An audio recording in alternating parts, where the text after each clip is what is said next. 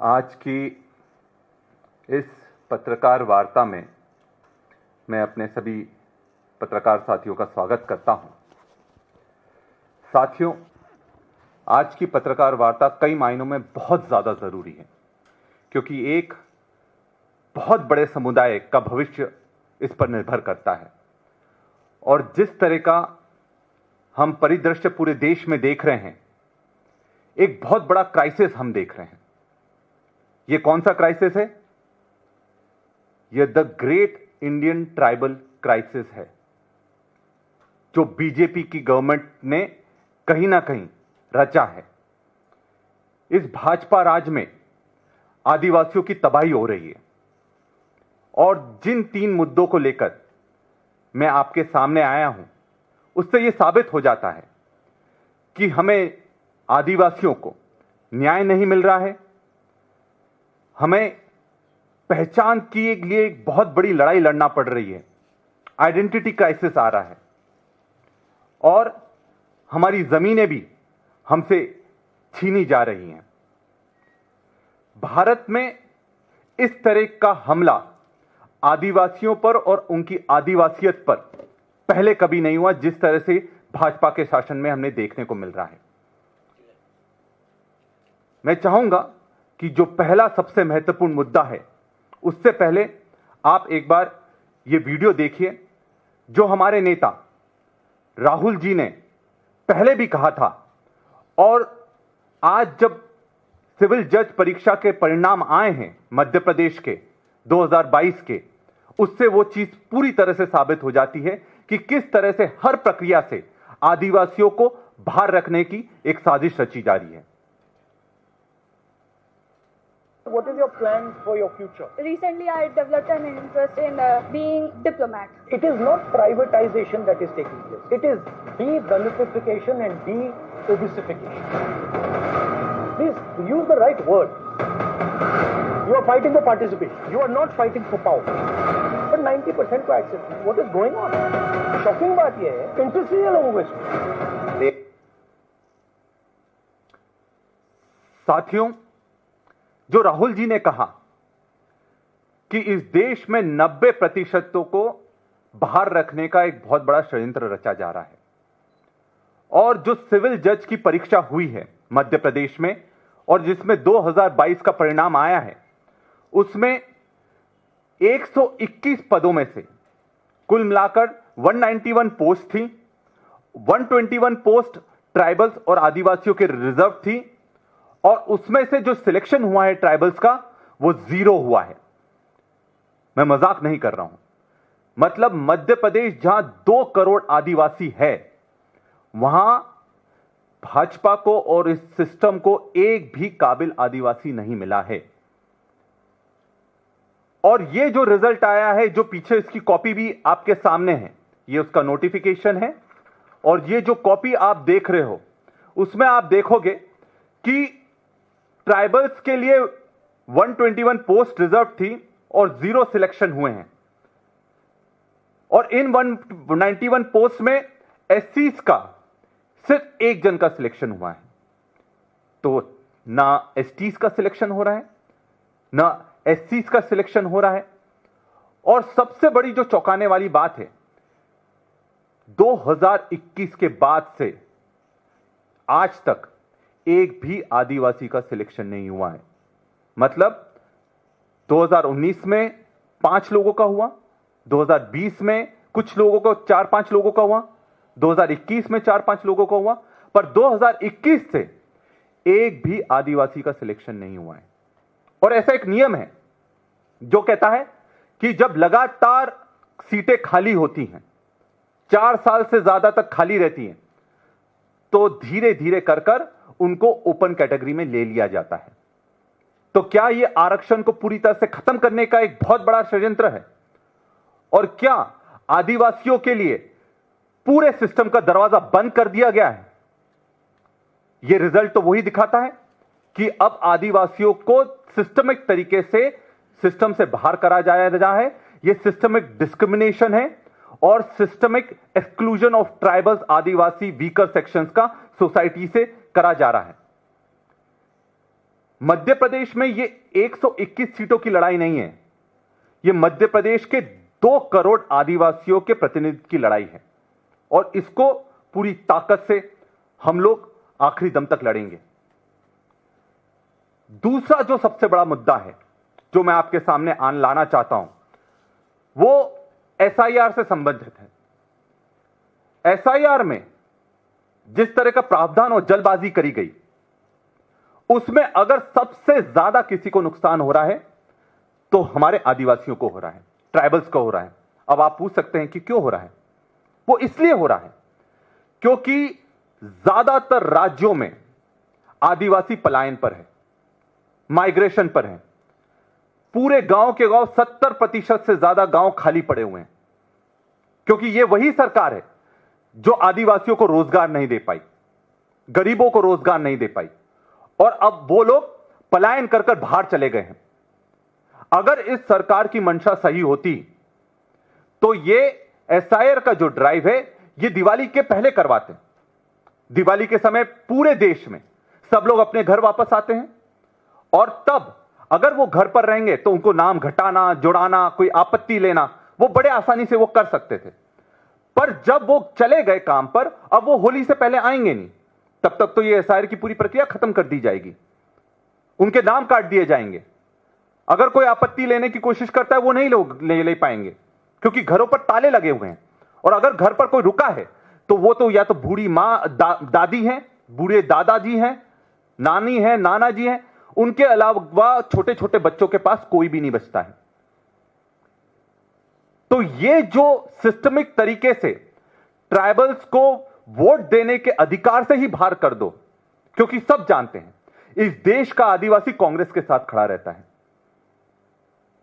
इंदिरा जी को भगवान मानता है, उनको आज भी मां बोलता है और जो कांग्रेस ने आदिवासियों के लिए करा वो आज तक किसी ने नहीं करा है।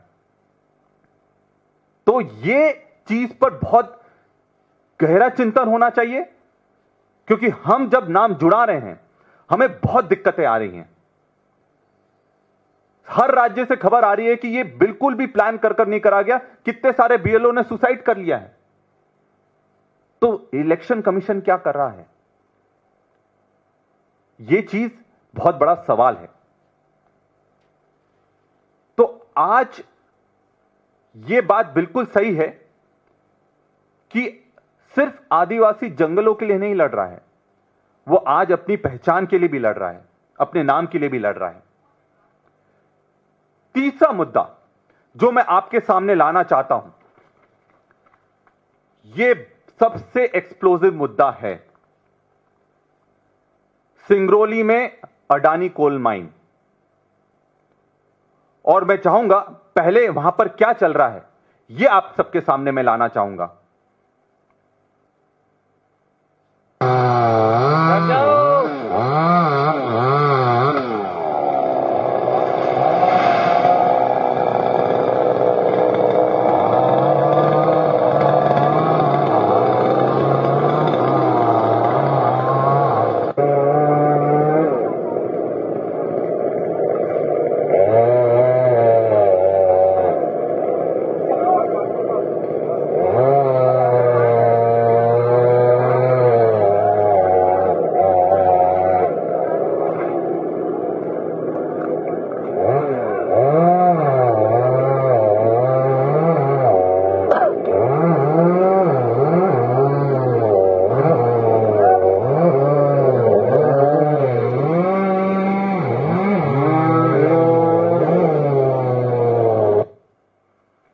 ये आपने जो वीडियो देखा है ये अभी वहां पर जो कटाई चल रही है उसका सीधा वीडियो है।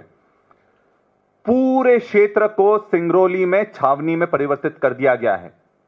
ये पेड़ कटाई के लिए 1500 से ज्यादा पुलिस वालों को तैनात करा गया है।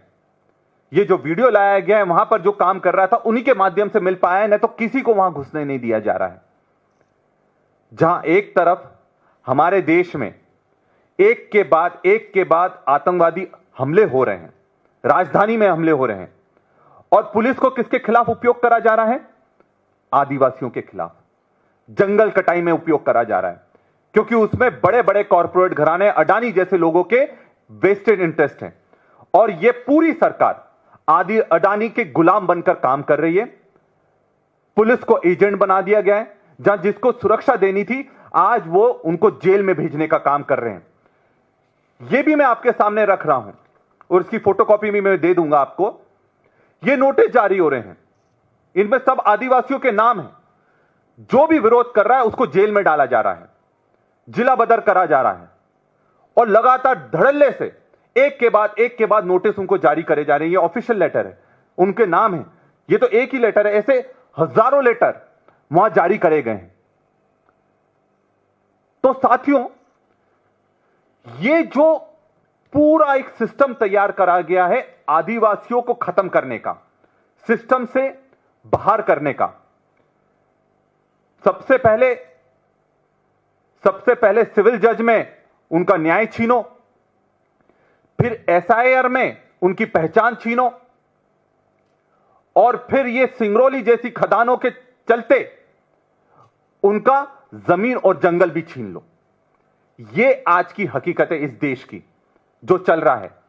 फॉरेस्ट राइट एक्ट का खुला उल्लंघन हो रहा है, पैसा एक्ट का पूरा खुला उल्लंघन हो रहा है, कोई सुनने वाला नहीं है। हम जो इसमें मांग करते हैं सरकार से, हमारी मांगे साफ हैं कि जो सिविल जज की परीक्षा हुई है उसकी उच्च स्तरीय जांच करवाना चाहिए और यह परीक्षा वापस लिया जाना चाहिए। अगर आरक्षण आदिवासियों को दिया गया है, दलितों को दिया गया है, बाकी वर्गों को दिया गया है, तो उतना प्रतिनिधित्व तो उनको देना चाहिए ना। आप उनको सिस्टम में लाने के लायक नहीं बच रहे हो। और सिविल जज की मैं परीक्षा बता दूं, 2008 तक पीएससी पब्लिक सर्विस कमीशन के माध्यम से होती थी, अब वो जुडिशरी के अंडर चली गई है। जब से ये जुडिशरी के अंडर गई है, धीरे धीरे एक्सक्लूजन हो रहा है। मैं किसी पर आरोप नहीं लगा रहा हूं, मैं तो सबूत दे रहा हूं कि क्या चल रहा है। और ऐसा कैसे हो सकता है कि हमारा देश, प्रदेश का, हमारे देश में कोई भी आदिवासी उस चीज के लिए एलिजिबल नहीं है। मतलब सिस्टम आपने पूरी तरह से हैक कर लिए हैं।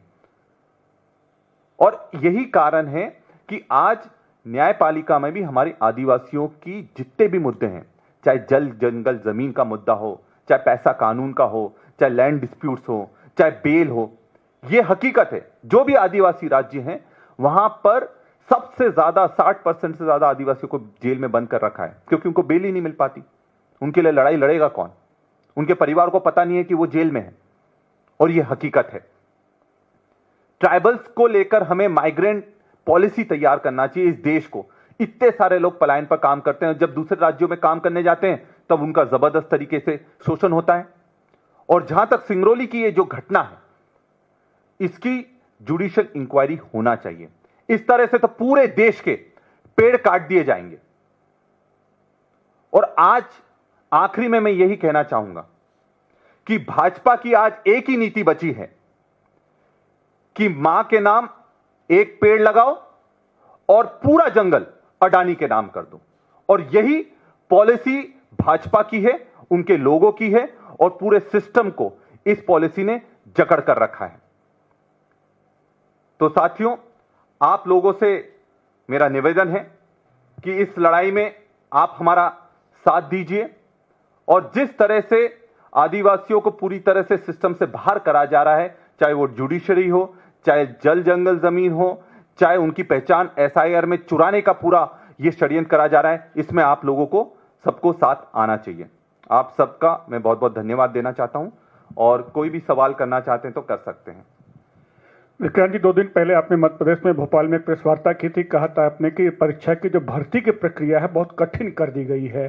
तो क्या अब ऐसा कुछ कांग्रेस की तरफ ऐसा होगा कि जो आदिवासी है उनको परीक्षा के लिए एक कोचिंग की जाए, कुछ और की जाए? दूसरा, अगर 4 साल तक अगर आरक्षित कोटे से भर्ती अगर नहीं होती है तो नॉट फाउंड सुटेबल करके 4 साल बाद सरकार इसे ओपन कैटेगरी में ला सकती है, तब आप क्या करेंगे? देखिए, यही चीज की हम लड़ाई लड़ रहे हैं कि अगर उन्होंने नॉट फाउंड सुटेबल कर आपने उसको ओपन कर दिया तो हम लोग कहां जाएंगे? जाना तो जुडिशरी के पास पड़ेगा। और जुडिशरी अगर इम्पार्शियल है तो उनको साबित करना चाहिए कि हां, हम लोग आप लोगों के साथ खड़े हैं। और यह मुद्दा उठाया इसलिए हमने ताकि ये लोगों के सामने, लोगों को पता ही नहीं है कि 2021 के बाद से एक भी आदिवासी का चयन नहीं हुआ है, और ऐसे राज्य में जहां 2 करोड़ से ज्यादा आदिवासी हैं। तो आप सोचिए, जिस राज्य में पूरे देश में सबसे ज्यादा आदिवासी हैं, अगर वहीं आदिवासियों का चयन नहीं हो रहा, तो सरकार क्या कर रही है?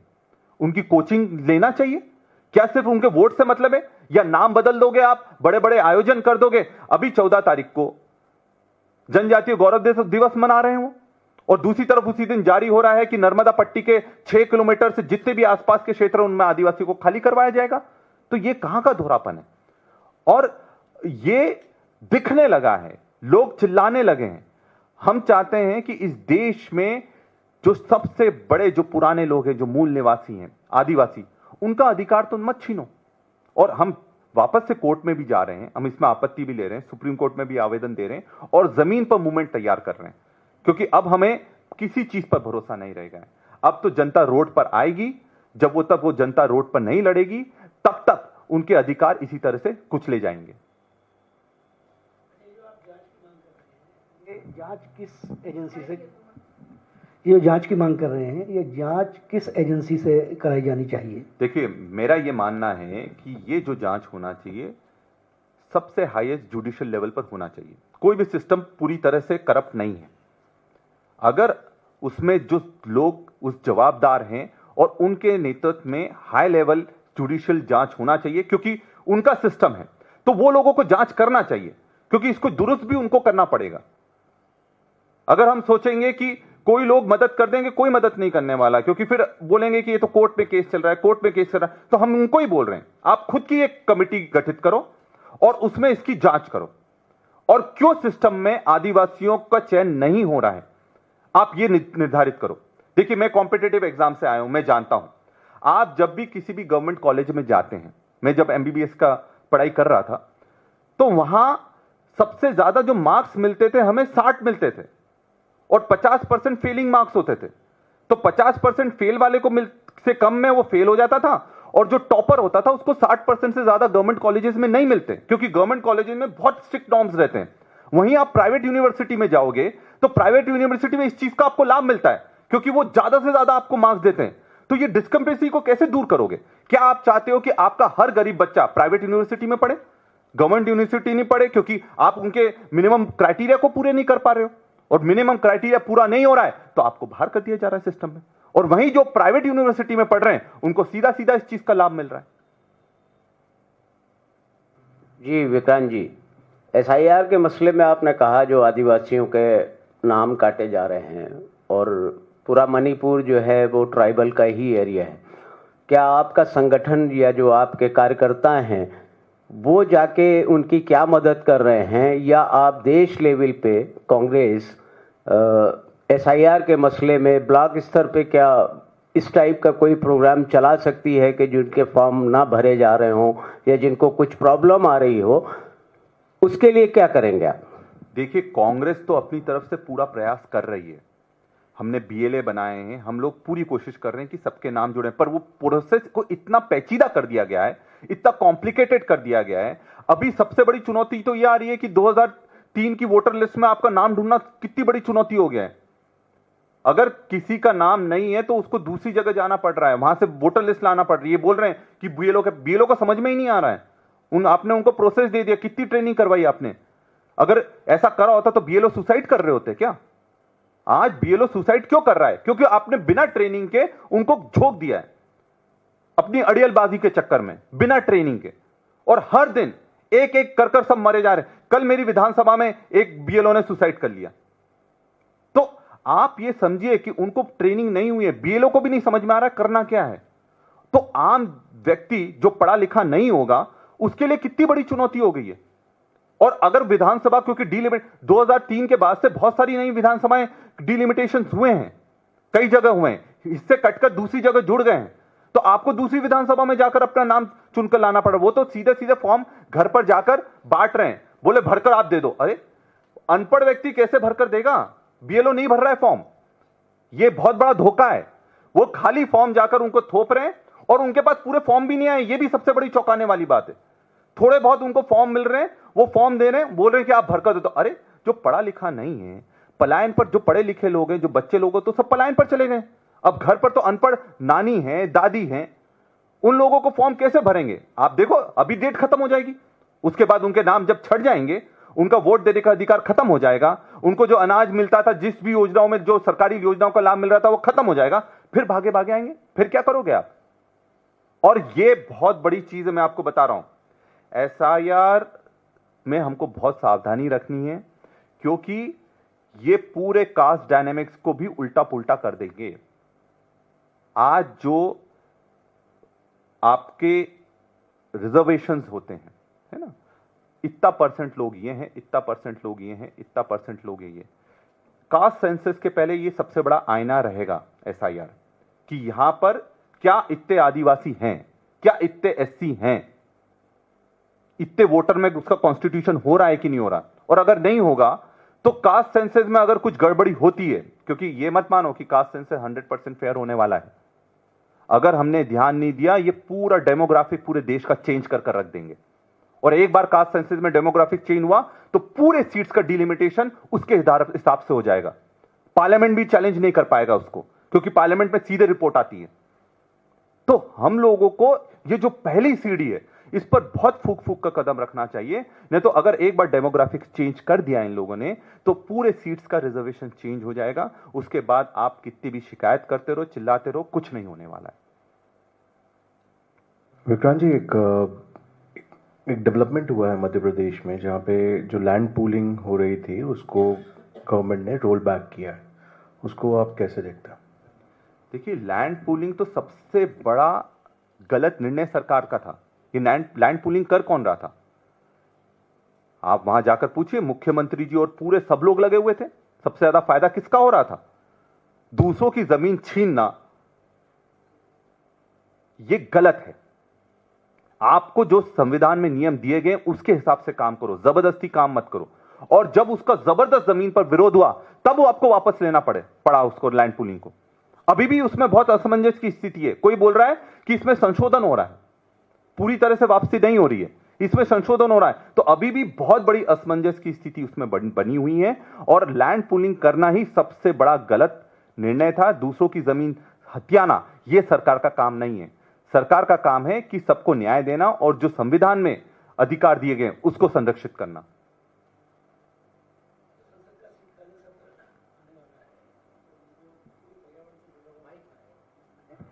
पेड़ों को काटने का मसला है, तो इसमें क्या एक जेपीसी गठित होनी चाहिए इसकी इन्वेस्टिगेशन करने के लिए? देखिए, पूरे देश में चल रहा है। हसदेव में क्या हुआ, महाराष्ट्र में क्या चल रहा है, मध्य प्रदेश में क्या चल रहा है, ओडिशा में क्या चल रहा है।